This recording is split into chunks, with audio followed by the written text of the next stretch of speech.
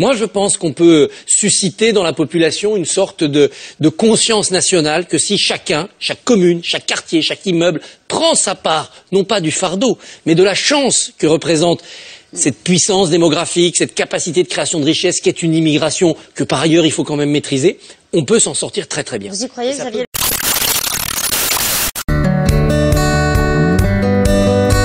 J'ai vu un vieillard à la caisse du supermarché se faire traiter de bâtard par une hourie déchaînée. Et l'Antifa a rappliqué, l'Antifa a déclaré à la milice, c'est un vieux pétainiste. Quand ce philosophe, Michel Onfray, explique qu'au fond, il vaut mieux Alain de Benoît que Bernard Lévy. Michel Onfray, qui vient de la gauche radicale. Mais comment voulez-vous que des Français... Vous croyez que ça a une grande influence ?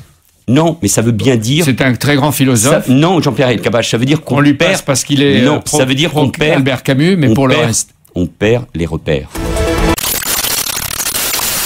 Et j'ai l'impression que Manuel Valls pense le contraire, c'est-à-dire qu'il préfère une idée fausse, pourvu qu'elle soit de gauche, à une idée juste si elle est de droite, et ça s'appelle de l'idéologie, et un philosophe ne peut pas laisser passer une chose pareille. Ça s'appelle du crétinisme, parce que vous l'avez traité de crétin sur Twitter, Manuel Valls. Oui, c'est un crétin, oui, j'ai vérifié dans le dictionnaire, ça s'appelle un crétin, oui. C'est pas insultant, c'est familier dans le dictionnaire. Donc c'est un crétin, un personnage qui vous fait tenir des propos que vous n'avez pas tenus.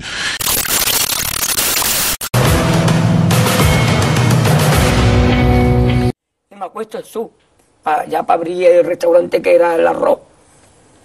Y me llama el cocinero. Risita, ¿qué? Ve por la paellera. Venga, que las 2 de la tarde ya están aquí.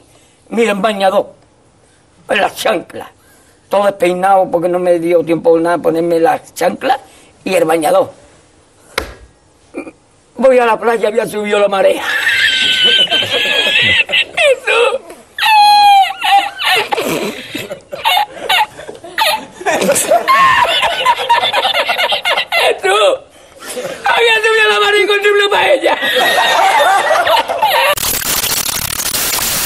L'islam est une chance pour la France.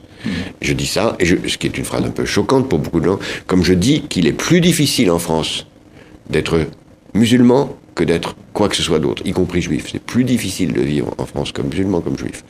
Parce que la société française n'a pas encore franchi aidé à franchir le plafond de verre à toute une génération de gens. Je pense que peut-être certains juifs qui nous écoutent en ce moment vont trouver, qui ont un ressenti de très grande difficulté en France aujourd'hui. Bien sûr. Voilà. Mais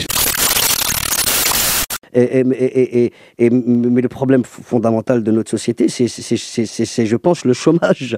C'est le chômage, c'est les gens qui n'arrivent pas à travailler, qui n'arrivent pas à vivre comme ils l'entendent. Et ça crée de la frustration et elle se manifeste de n'importe quelle manière. Après, la religion, c'est c'est une de nos vitrines. C'est une des vitrines de cette frustration, mais fondamentalement, c'est pas la religion qui nous fait peur, c'est tout. On vit dans l'ère de la flip. Le monsieur était au 2e étage, et il avait des bouteilles de gaz, des propos assez bizarres à la Wakba, donc voilà quoi. Non, un voisin qu'on voyait très très rarement, mais qui était très bizarre quand même, un regard assez dur, et qui pétait les plombs de temps en temps, on l'entendait juste crier de temps en temps, mais sans plus. La Wakba, Dieu est grand, je vais tous vous tuer, je vais tous vous faire sauter, des choses comme ça quoi. On va dire ça fait peur, parce qu'avec tout ce qu'on entend maintenant, tout ce qu'on voit, notamment Charlie Hebdo, voilà. Nous avons dit que nous ne voulions pas de communautarisme. Et je pense que c'est un point d'accord entre nous. Nous avons dit également que nous ne voulons pas d'amalgame, ni d'exploitation politique d'une question grave et sensible.